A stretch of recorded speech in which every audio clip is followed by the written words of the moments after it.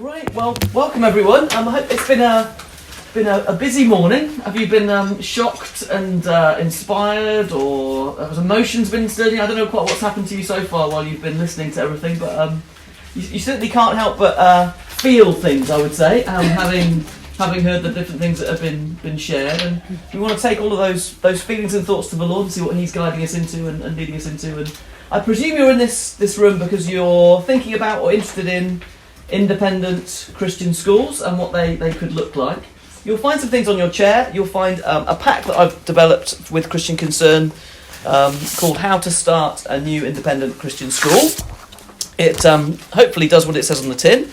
And there's also a leaflet here from the Christian Schools Trust, where I'm also the CEO, for a conference that we're running in February down in Derby, for those Christians who are wanting to be working in Christian independent schools. It's a great place to be inspired about how we could be doing that in a fantastic way with Professor Stuart Burgess. I don't know if you've heard of Professor Stuart Burgess. Brilliant in speaking about creation and how creation can be used to inspire pretty much every lesson that you could possibly teach from a Christian world perspective. So I'm Steve Beegoo. I'm the Head of Education at Christian Concern and also the CEO of Christian Schools Trust. It's a delight to be with you all. That's me, and I'd just like to introduce these people who are sat at the front here, because these are the guys that are hopefully going to answer some of your questions. This is quite an interactive session. You've been doing a lot of listening, and so hopefully you've got some questions, thoughts, comments that you'd be happy to also share with us. But Bev, would you introduce yourself to everyone, please? Yeah, I'm Bev Kelly. I'm head teacher of Mannafields Christian School in Edinburgh. The school's been running for 34 years, and I've been in teaching for 21 years and head teacher for 5 years. So, and before that, I was in South Africa. I taught 14 years in a Christian school, so totaling 35 years experience. So, if you, I'll happily talk about. I'm going to be talking later in one of the sessions a bit more about Mannafields, but it's that's just who I am. Do you want more? Great, that's fantastic. Inge, you're a good friend here as well. Yeah. My name is Inge van Delft. I'm also a teacher at Mannafields. Bev's colleague. I've been teaching there now for 5 years, and if you're head teachers, it's 5 years. Okay. Didn't realise it was that much already. Before that, parent volunteer. I've grown up with Christian education myself in the Netherlands, all the way up to high school.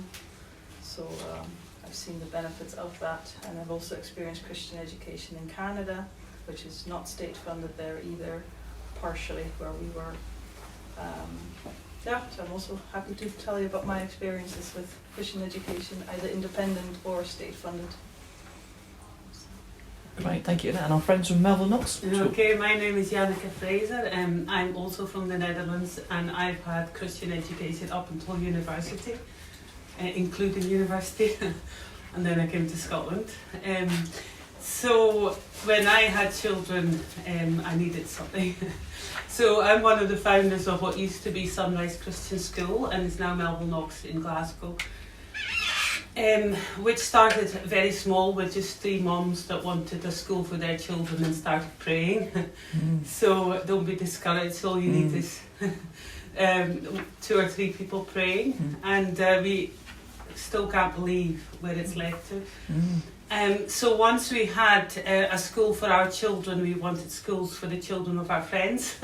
So we wanted really a school in every major city at least. So we set up this organisation called the Board for Reformed Christian Education in Scotland, which I'm a member of, and we seek to establish schools everywhere, basically according to the pattern of what Sunrise Melville Knox. So we thought there's no need for everybody to reinvent the wheel, so we can just set this up and people can become members of braces, as we call it, and what they get is, if they want, they can get the curriculum and the policies. They have to take on the model constitution and the branding, and then the rest they can develop the school according to, as long as it's in keeping with the constitution the way they want it. And then we were hoping with that we would have lots of schools that are connected together, and we'd be a lot stronger towards the government, because the net is tightening, and I think there's sort of a wee window of opportunity still to set up Christian schools, but it's getting more and more difficult, and we need to work really fast to get up as many schools as possible so that they can't shut us down that easily. So although I'm not a teacher, really, I do volunteer teach at Melville Knox. I homeschool my daughter, who's S1, and otherwise I'm a housewife. But I am on the school board and the braces board, so I can tell you about that. Brilliant. Thank you. And we've been very blessed by those from the Netherlands who've been supporting Christian education here in the UK. It's been a fantastic link. But that uniting for education is happening across nations as well, which is wonderful for me to see in my role, and also particularly seeing that from the Netherlands. I was the head teacher of the King's School Witney in Oxfordshire for 10 years, and 4 years before that I was the chairman of governors there, having been a church pastor also for 10 years in Oxfordshire. I was a primary school teacher. I taught in special schools and primary schools, both those different sorts, did secondary school teaching and primary teaching. And I started a preschool in the community centre where I was a church pastor. My mum ran the over 50s groups, my wife ran 3 toddler groups. I helped oversee the youth group and started a preschool. So it was very much a family affair, working on that kind of project. And if there's one thing I want you to take away from this, it's you can do it. It's possible to start a school. It's possible to develop a school. And it's possible to flourish for years into the future. The school where I was the principal, the King's School Witney, celebrating its 40th anniversary coming up. And the church really backed it and supported it, invested over £3 million about 10 years ago to develop new facilities. And it's got us on a purpose-built site, fantastic facilities, blessed by God. It's excellent. It's not just like it was in the kind of stable in those pioneering days. You know, Jesus was born in a stable, but he's the king of all. We'll end up in the new heavens and the new earth. We'll be serving him, won't we? And there's been that kind of amazing progression that we've seen with the excellent provision that the Lord's provided through much opposition and sacrifice of parents and teachers and leaders and churches. But it's incredible what the Lord has accomplished over that period of time. So if you take away one thing from this time together, it's possible. In God, all things are possible. You'll see the first comments that it mentions up here. Jesus looked at them and said, "With man this is impossible, but with God all things are possible." I'll say that again. With man this is possible, but with God all things are possible. Amen. Fantastic, that's what we need. That's what we need. Praise God. Good. It would be good just to kind of hear from you as well. Kind of briefly, if you're happy to share just a brief introduction, who you are, where you're from, and if you've got a question that you're wrestling with at the moment to do with independent schools, or if you just want to make a comment, not a 5-minute talk, but just a brief thought from you. If you think, I've not really got anything to say, I'm just interested, that's fine, just say that. But it would just be good to get to know you guys in here, and also particularly if there are any questions, so that we can make sure that we deal with those kinds of questions in the limited amount of time that we've got in this time together. So let's start with Dave. Go ahead, Dave. Sure. Hi, I'm Dave, pastor in Lockheed, up in Dundee, and we are connected together with Melville Knox to look at starting a school in Dundee and one in Fife. So that's our current position. Great. Do you have a particular question or comment at the moment? No. That's fine. Great. Thanks, Dave. Hi, my name is Barry Gillis. I'm from Destiny Church in Glasgow, and I'm just here to hear what's been said. I don't really have many questions. Great. Thank you. I'm Polly, also part of Destiny. I had children in a Christian state school, so I want to see the difference and maybe help volunteer in an independent school. Yeah. Great. Yes, sir. Yeah, Ed, that's Neil. Our lad goes to Melville Knox. We've come across from Glasgow, so love it. So not really any questions, just massive supporters of Christian independent schools. Yeah, Great. That's great. Thanks, Ed. Yeah. Mary. Just had a question about secondary school, if there's any progress on that. Okay. Great. Are you actually? We'll come. We can do them all in one go. Secondary. Yeah. Progress towards secondary. Is your question? Fantastic. Yeah. My name is Lou. I'm from Destiny in Glasgow. We're looking into starting nursery and then eventually skill as well. Great, thanks, Lou. Hi, Lou. Yeah, fine. Hi, my name is Laos. I've got my son on Mannafields, and I'm from Edinburgh. I'm from the Southwest Baptist Church, and I'm just exploring the expansion of Christian school. So I believe with model Christian school will raise up desire even for the non-Christians to have the kids there as well. Great, thank you. I'm Andrew. I head up Destiny Churches, and we're looking to start, as Lou's just said, a nursery next year, followed by a school the year after. And I'm here asking the question, how do we do it? There's a good little pack on your seat. That's a way to start. Thank you, Andrew. Hello, I'm James. I'm an engineer. You said you didn't want a 5-minute talk, so I'll take that. I've got 4 minutes. I'm one of the questions. I felt God take me into being a physics teacher for a while and then out again, and I just feel that we heard the history of the starting of the schools and the digging of the wells, and the wells are corrupted, and maybe it's time to redig the wells. But I wonder whether schools have become sort of a one-track, good way of bringing people into academia, but not particularly a great way of bringing people into construction industry, manufacturing, hospitality, or the rest of the world. And I was interested that they mentioned that when they started teaching you fixing shoes and stuff like that. So I want to kind of explore and understand, if we are redigging the wells, should we be digging them in the same place, or should we be digging them, answering the sort of questions, teaching people to fill in their tax forms and take out a mortgage, all the things which the world of academia has spiraled into its own world, and maybe we should be thinking a bit broader. Really helpful. Thank you. So under 5 minutes. That was perfect. Hi, I'm Narcisa. I'm the Dean at Destiny College, which is a leadership college, Christian leadership college, and I'm here to find out more information about schools and primary schools, and I have 2 children myself, so it's a very important topic to me just now, so just wanting to learn more. Great, thank you. Hi, it's Simon. My name's Simon. I'm here with my wife Dawn.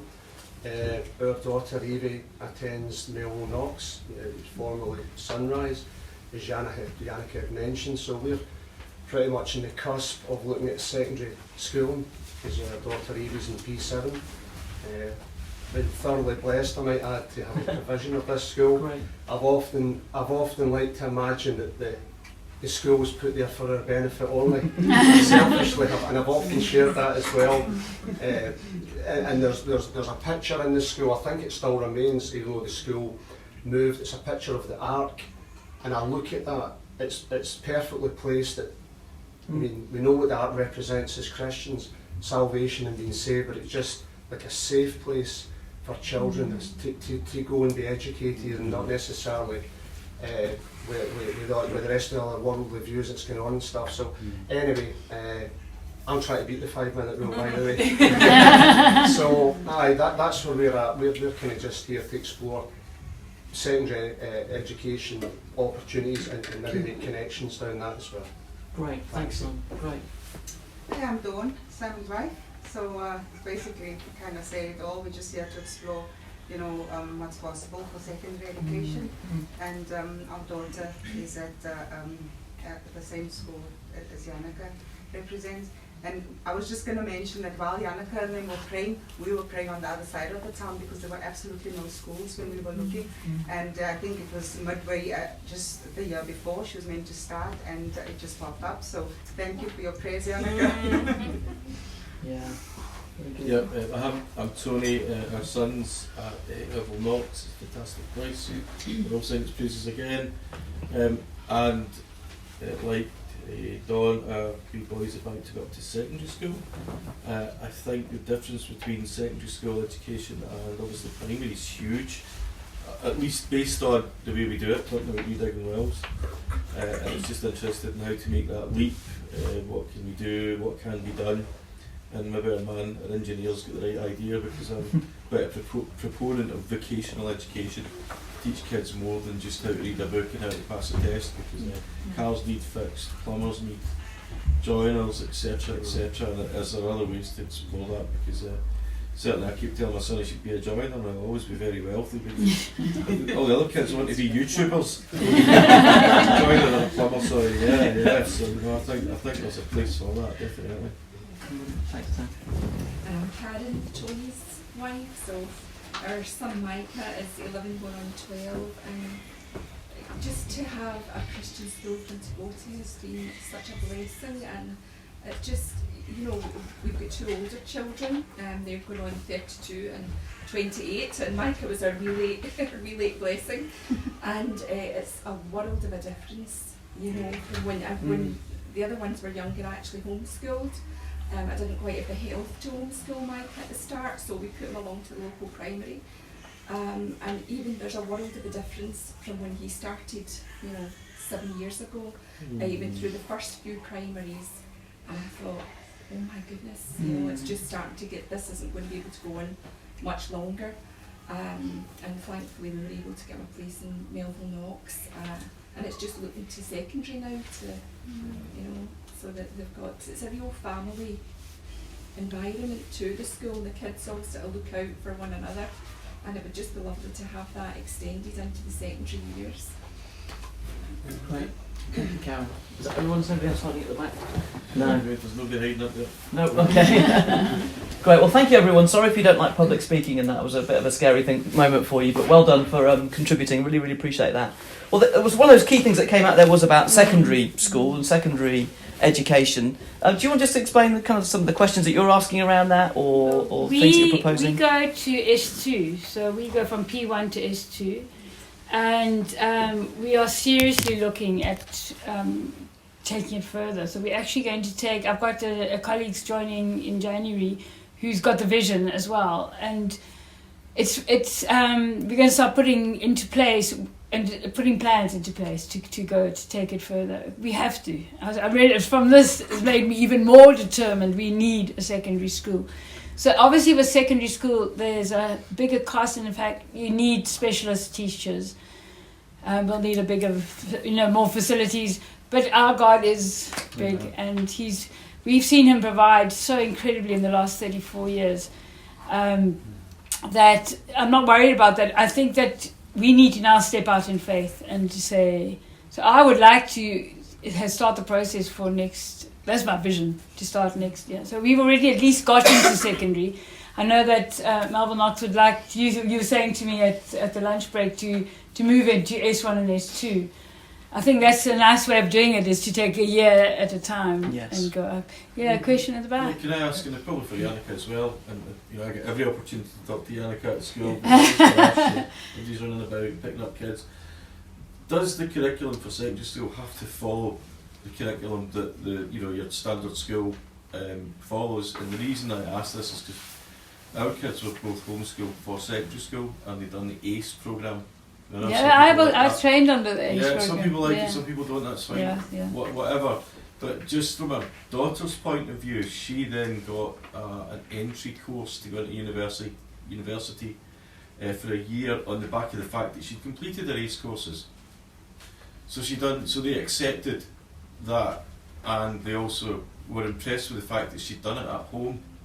So she got offered Oxford or Glasgow, and she went to work and enjoyed earning money. So she's still doing that. So she never finished. She'd done an open year in maths, but never got it all done. But it was just that kind of what actually needs taught to prepare the kids. What's legally needing, what's the legal requirement? Because if you can narrow the gap between thinking I need physics and maths and biology and chemistry, we need all of that. If you can get rid of all of that and you can narrow it down to what kids actually require to get a job, to get into uni or to get on, or you can figure out a way to get that, get them to the point where they can get that university or college entry course, because you can do your is it the HND for 2 years. You can go from the HND, you can then get into your first year of uni. So it's understanding for me, what do we really need to do to make it work. with the lowest common denominator, but that the kids, obviously you want the kids educated. Yeah, it's all to get them through. Yeah, you want a broad education, but not, That's sorry. great. Should we just also get your comments as well about the secondary bit, and then answer that question about what you're rightly asking? My understanding is still a bit limited, but I understand that S1 and 2 is the easiest because it can just be part Even of your S3 now, I think you registration. can do it up to S3 because it's Right. before the exams.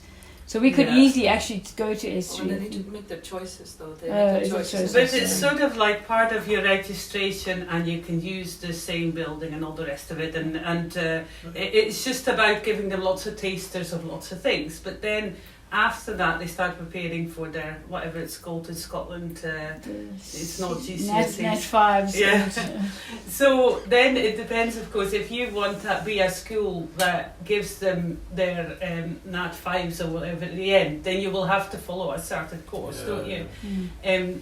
So, and I don't know if you would be able to run a school that doesn't have that. I'm That's the seeing the question. inspector on Monday, so I'll raise these issues with her and speak to her. You don't. I don't think you have to, but if you're not going to get the qualifications that parents will want their children to get, Well, it then that's. depends what those qualifications are, because ACE worked, and if there's... If You can ACE argue works, that ACE will work. Yes. Is Yeah. there other similar learning systems, because America's way ahead of us, and so is Canada as far as... There are international qualifications. There are. Yeah. Yeah, so they're doing stuff, so there are other Christian courses that we could pull upon that are either certified now, because ACE is certified, so the colleges accept it, people accept it, or could be certified, so that would do the job without us having to go down the full, so the kids get an education, they get a certificate to say, I've worked hard, I've done it, and then that'll be accepted. The other group, as well as ACE, the classical Christian education that can be offered from abroad as well, is something that you can pipe in potentially. Just another comment on secondary curriculum that I just wouldn't want to be missed is one of the things that's happening is developing online Christian schools, and with secondary specific subject areas that you might need, you can beam in teachers from all over the place who can actually deliver various content, and schools can buy into that, and where there are specifically Christian teachers with Christian curriculum. So online, Emmanuel Online School based out of Caterham, South London, it opened just this last year in September. It's just working with year 8s to start with, but then it's going to have a full online curriculum that's being offered from them. So that's another way to provide the kind of secondary education when you're starting out, and it might be difficult to get your physics specialist and a English specialist, the whole lot in your school setting. So you there can are basically zoom into their classes or That's right. teams or whatever and do it. Yeah, I made a division from that about 20, 30 years ago. Right. Yeah, he's always thought that's for any education globally. Why does everyone have to sit in a class? Yeah, there's various ones of us working with Christian groups to provide that. So yes, anything further on secondary? And I think where I'm coming from is rather than sort of it being a different kind of end result, a different exam, but rather answering the question of how you get there. So you may be doing a Nat 5 maths and a Nat 5 whatever else, but rather than it being it being a bit more vocational, and so you've got a project which is hospitality, and by the end of the project you're inviting the parents in and you're making them a meal and you're serving it, but you've done the maths of your profit margins and your etc.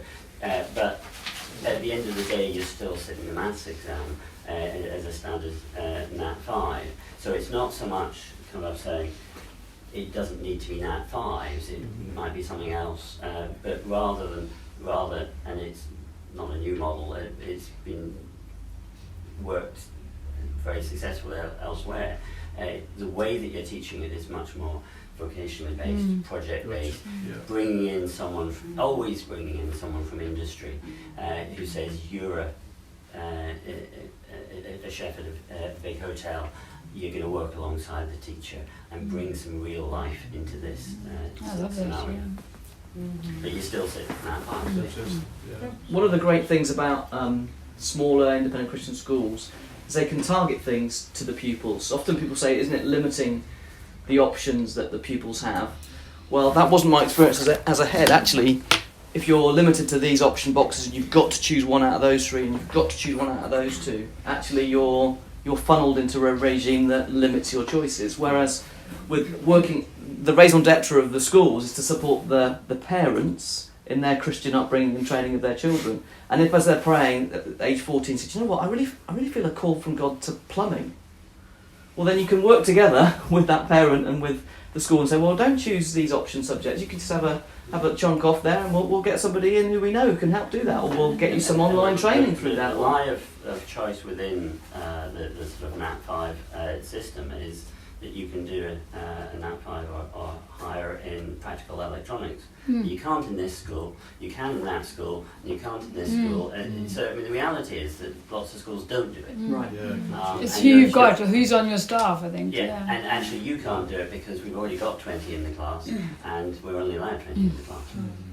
So you can't even do your higher physics. My daughter was a linguist, and in the school we only could offer French in a certain kind of way, but she wanted to do Spanish. We didn't have a Spanish teacher, but we were able to work flexibly and say, well, just don't pick an option subject.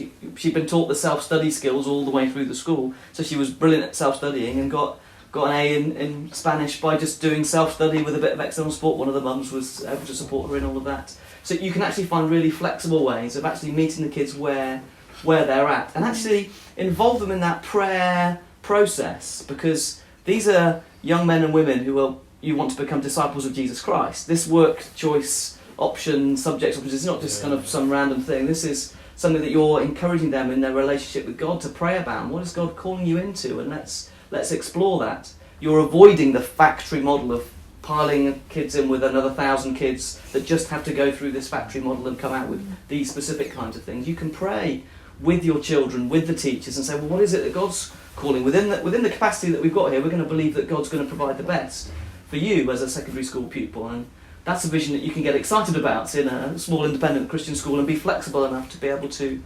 address. The school that we work with in Wales is offering A-levels and can't do all the A-level subjects but can do some of them, and so some of the kids will stay on even beyond 16 into A-levels to be in that school community, because some kids just aren't ready also to be landed in the local sixth form in our area or in that part of Wales, and actually it helps them to be with those cohorts for a little bit longer in that kind of environment. But there would be some point when they have to move beyond that. But there's more flexibility, essentially, is what I'm saying. Are there any others of you want to come in on secondary school education before? Can I ask? Oh, this lady and then Simon. Yeah. Do you really need to have lots of teachers teaching different subjects, because there are a lot of homeschool parents that learn lots of subjects as they go with their children to be able to teach them? It's up to, that's why I need to check with the inspector how strict they are on that. But I'd have to check that. I think we only now just thinking this could become a reality for maybe next year. So we've really got to get our act together to find out what we require. Often good teachers can teach a whole variety of subject content. And what we could do is not quite right. Well, I think out of COVID, the whole thing of online has become, that's one of the good things of COVID. Yep. And so what we could do is we can use an English program that's already been done and just have a guest who comes, tutors, so maybe once a week, and so that wouldn't be a massive cost in a sense. So I'm thinking, and I think if we start pooling resources and working together, I think it's possible, and it might. I'm liking what you're saying. It doesn't have to look. We don't have to dig the same well. We can pray. I'm blown away by heading a school and trusting God. Right. Because it is the worst job in the world to be a head teacher, I think, and it's not something I've ever wanted to. But it's been the best for me because I didn't want it. Because I've had to say, God, I can't do this. That's right. You've got to help me. That's right. And when you lean on Him, He shows the way. And so we can, in our limited mind, think this way we must go. But maybe we've got to just get on our knees and say, Lord, how do you see it? How do you see a secondary school where you are glorified? Yes. So I'm quite excited to hear this because I'm a traditional teacher. I will just go down the traditional route. So thank you for what you're saying, because I'm now thinking, let's look at different options. I think it takes a shift in thinking, not just for schools and teachers, but for parents. Yeah. Because I've just gone through it with my oldest daughter leaving P7 and looking at homeschooling very reluctantly. And then you're suddenly thinking, well, what do I want my child to learn? And am I going to want the Nat 5s? Am I going to want her to go to university? And what resources, what homeschool resources am I going to... You know, and I read this book where it was actually Sproul Jr. He took you right back to what do you want for your child?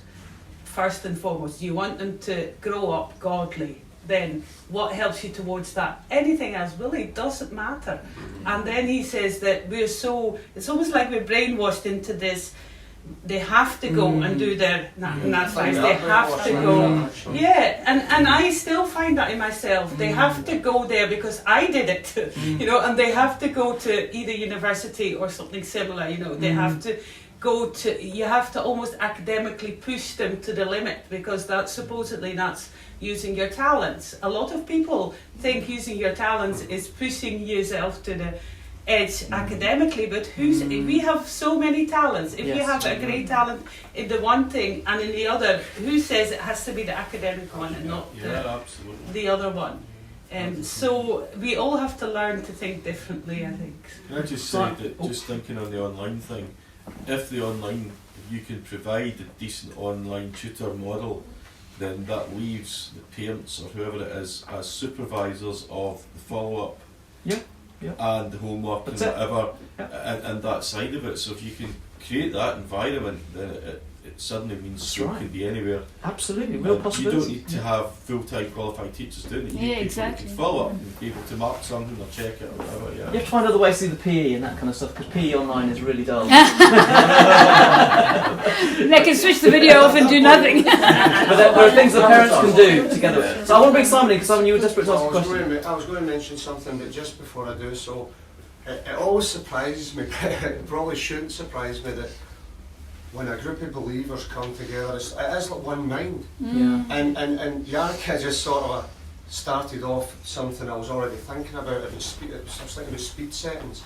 We've all got different, and I identify that in my education when I was younger, because there's people in my class that went on to be heart surgeons, and other people everybody's got different levels, different talents, different. So it's working with what is your talent and develop, or what interests do you have. That was just sort of a tap into what Yannicka was saying. I totally buy into that. But what I was going to mention really quick was some visual aids here. What's it about? Lovely to have you. See, on the online learning, I don't really know what that looks like yet, right? But we're obviously thinking along the lines of secondary education. I already mentioned we're going to be doing co-op schooling once or twice a week where we do our own activity, whatever it is. You see, the online learning, is that done in like a classroom format at the moment, where maybe there's 8 children in that? So it could be national. So say Evie makes a friend down south, or it could be round the corner. It could be up north. Is that how that would look? That's that works? some of the ways that they're planning for it to work. You know, there's a network there. Some of them actually trying to make a full online school, secondary online school, where you have tutor groups and things that also happen online. And so there's pros and cons with both sides of all of that, so, as you can probably pick up. Just one further thing I would want to say is that a lot of schools fall into the trap that other schools fall into, is we've got to get this number of results, we've got to get this number of qualifications, when actually I'm encouraging schools to think, why do they need to get 8, 9, 10 GCSEs? Why don't they just get 7, and then you actually use the time that's left to be able to disciple the children, talk about the Bible, consider and pray together about what's going on in society, give them those life skills that they need. Why do we have to cram them with all this number of subjects? They get so many, and that's again that looking at things. What do you want for your children? Do you want them to have 10 of these grades on there, or actually if they had 7 and they were given the time to be able to actually process the things that are really, really valuable for them in society today? Why not make your secondary education provision? There's going to be a need for kids that can actually just go to work and do work. Exactly. To show up, Quite right, Tony. Quite right. Yeah. Just to be disciplined, are able to follow things through, Listen to listen. etc. Yeah. No, that's right. I was going to mention, I promise this is the last time you see me, because I think I went over the 5-minute mark substantially. All I do at the moment, I do taxi work, right? So I come across a lot of young people, and it just seems recently, it's more and more I'm hearing young people say, just standard young people, just in conversation, they want to learn how to make a bowl of macaroni. They're wanting to, you know, just basic life skills, just how to, just especially cost of living, everything that's going on. Again, just to, I guess to complement what's already been discussed, it really is a real need for that, you know, just for basic life skills. Yeah, we're a small school of 32, and so you think it was interesting. The talk was saying what your child's going to miss out from the big school experience, but we can do so much more only having 32. To do a school trip where you don't have to organise a bus, we can just take them on the bus, yeah. And we do life skills, and we do we call it technology, but and I think you do it as well. We do a lot of cooking, baking. We teach them sewing. We teach them how to sew on a button. We teach them, I mean, just basic stuff because we can. It's really amazing. And it's so for a teacher to have 10 or 12, and we've got 3 classes around about 10, 12 levels pupils. What a joy to be able to get to know those children and to develop the individual characters. And I just think, why don't parents want more of this? It's perfect. It's just wonderful. Just a bit of a comment on what you have to do. In terms of the inspection regime, when the inspectors come around, they have quite broad headings. It doesn't necessarily say you have to specifically be doing this specific programme. They also have broad headings. And if you can prove to them you're meeting those broad headings of linguistic work, or there's like a list of 9, I think, here in Scotland. Well, they're interested in his attainment, so I think that's. So you can the prove way you to do them. it. Yes, I think it is, but it'll be interesting to talk with her on Monday, actually. So. but it's someone here. I was just going to say that it's just a lot of pressure, I think, put on the children from their parents to actually become academically doctors or do what. But These parents that are probably pushing on their kids are the parents that maybe haven't academically done well themselves, you know, in secular schools, you know. And there's a whole piece of work to do with school and parents working together about what is it that God's calling these children to, where you lay aside I'm your not own. talking about Christian schools here, but I'm talking like secular parents, secular schools. They put a lot of pressure on their children to actually become more what they... Even Christian parents can have that as a challenge. Exactly, it's 3 o'clock. It is 3 o'clock. Just a couple of other things, just to touch on some of the things that people raised. That you'll see in the pack, this kind of stage of vision and then the gathering stage. I think some of you are at that stage of really just kind of clarifying what is it that the vision is. When you hear something from God and you sense something, and vision is about seeing something. When you've seen something, you think, actually we've got to head towards that. That's what really gets you going in the presence of God, to pray, to say, Lord, we want to see your vision come about. I'm starting to see this is opening up. And as you gather people to pray, some of you were talking about gathering parents to pray, as you do that, the vision just becomes clearer and clearer as you gather with others praying, and you get the mind of Christ together as you pray. So I really encourage you into that prayerful process before the Lord, because it will take miracles for these things to happen. You're totally throwing yourself, as you said, as head teacher, you're totally throwing yourself in dependency on God to make these things, to see these things come to pass. But as you're following what His vision is, you can be certain that if the Lord's building the house, you're not building something in vain. And so persevere on, and I'll be sharing some more about having a persevering kind of attitude later on. But thank you, everybody. Thank you. Great.